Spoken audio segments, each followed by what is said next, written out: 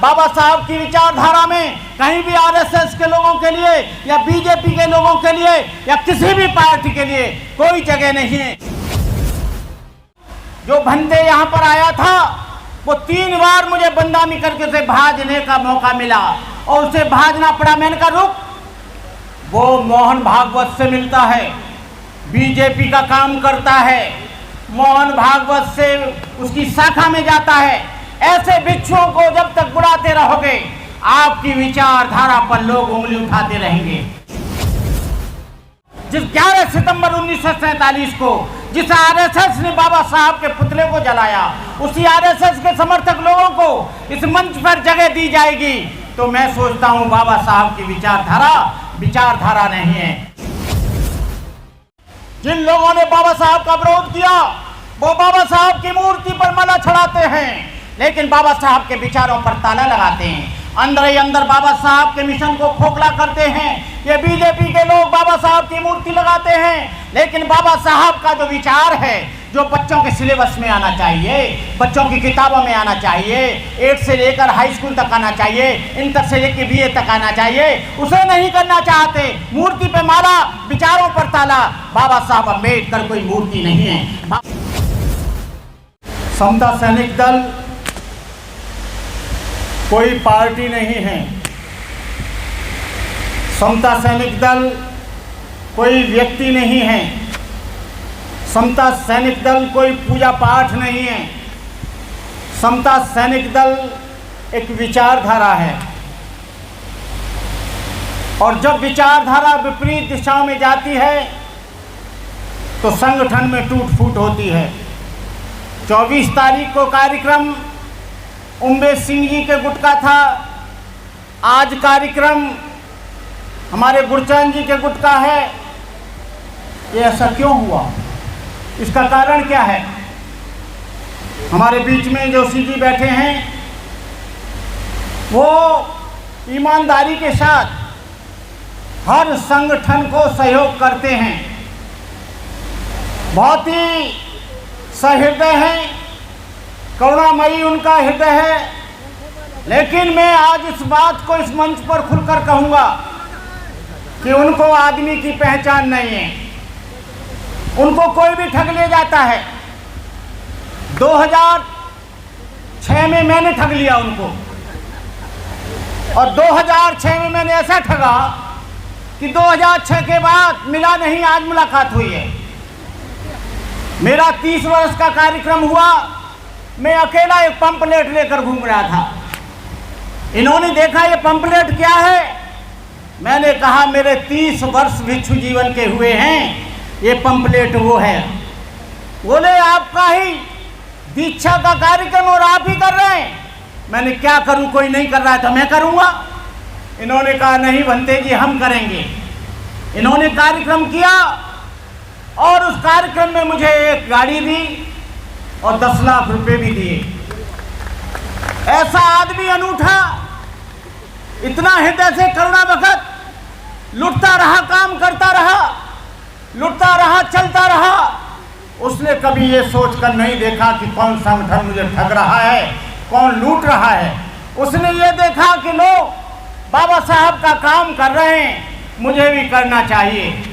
मैं आपको बता दूं, जो भंते यहाँ पर आया था वो 3 बार मुझे बंदामी करके उसे भाजने का मौका मिला और उसे भाजना पड़ा। मैंने कहा रुक, वो मोहन भागवत से मिलता है, बीजेपी का काम करता है, मोहन भागवत से उसकी शाखा में जाता है।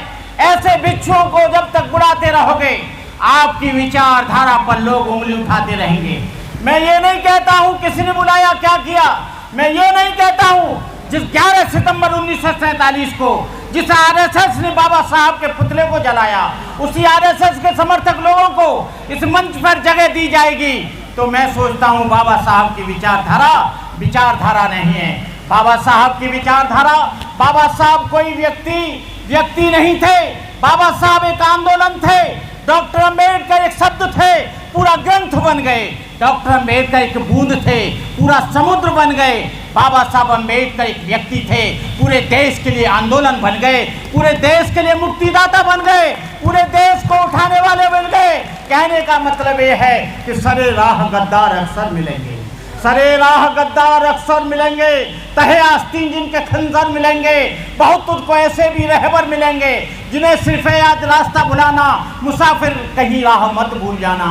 वे लोग बेईमान लोग जिन लोगों ने बाबा साहब का विरोध किया, वो बाबा साहब की मूर्ति पर माला चढ़ाते हैं, लेकिन बाबा साहब के विचारों पर ताला लगाते हैं। अंदर ही अंदर बाबा साहब के मिशन को खोखला करते हैं।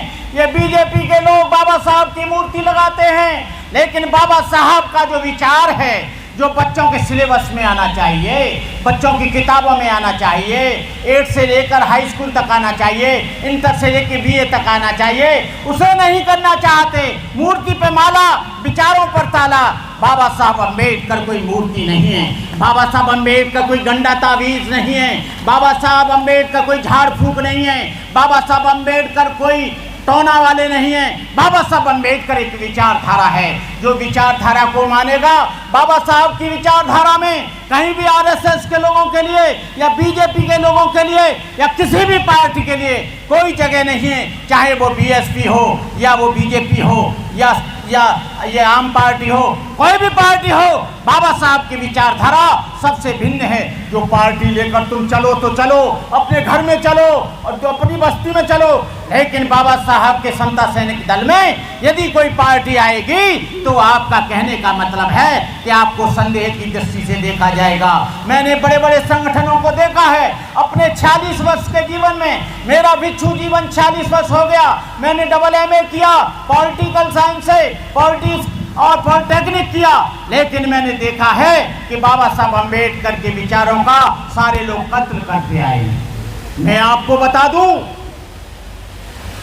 ये हमारे रामविलास पासवान थे, दलित सेना चलाते थे, लेकिन वो हमेशा कहां रहे, क्या किया वो तुम जानते हो। रामदास आठंबले दलित पैंथर चलाते थे। दलित पैंथर में मैंने काम किया और तन मन धन से उनका सहयोग भी किया। वो कहां चले गए तुमको मालूम है। कहने का मतलब ये है, ये रामदास आठंबले जैसे लोग, संगप्रिय गौतम जैसे लोगों ने इस समाज को बेच दिया। जब संगठन बिकता है, व्यक्ति बिकता है, किसी भी सेना का कोई कमांडर बिकता है तो व्यक्ति नहीं बिकता, उसका कमांडर बिकता है। इसलिए मेरे भाइयों, जोशी जी, आप बहुत लुट लिए, बहुत लुटे हो। आपने ईमानदारी के साथ काम किया, इसमें दो राय नहीं। आपने किसी स्वार्थ से काम नहीं किया, ये बात सही है। आपने किसी व्यक्तिगत स्वार्थ के लिए काम नहीं किया है। आपके प्रति आज भी मेरे दिल में बहुत बड़ी श्रद्धा है। मेरा पैर टूट गया है, इसमें रोड पड़ा है, इसलिए मैं ज़्यादा नहीं बोल सकता। मैं गुरचरण जी को, CP सिंह जी को और जोशी जी को और तमाम आप सब लोगों को अपनी तरफ से बधाई देता हूं, क्योंकि आपके कंधों पर जिम्मेदारी है जुल्म अत्याचार से लड़ने की, भूखे नंगे लोगों की सिफारिश करने की। तो आप हमेशा करते रहें, लड़ते रहें। और एक बात और कहूँगा कि आप लोग अब लड़ाई का युग खत्म हो चुका है। आप लोग लाइसेंस लें, राइफल का लें, बंदूक का लें, अपनी सेल्फ डिफेंस के लिए। मेरे पास 3 लाइसेंस हैं। ये CID हो तो भले ही लिख ले। मेरे पास राइफल का भी है, रिवॉल्वर का भी है, डबल बैरल गन का भी है। जहाँ कहीं जुल्म होता है मैं जाता हूँ। कहने का मतलब ये है, आप अपने खाली हाथ, आज का समय खत्म हो गया है, आप अधिक से अधिक लाइसेंस लेने का काम करें। इन्हीं शब्दों के साथ मैं अपनी बात समाप्त करता हूँ। जय भीम, जय भारत।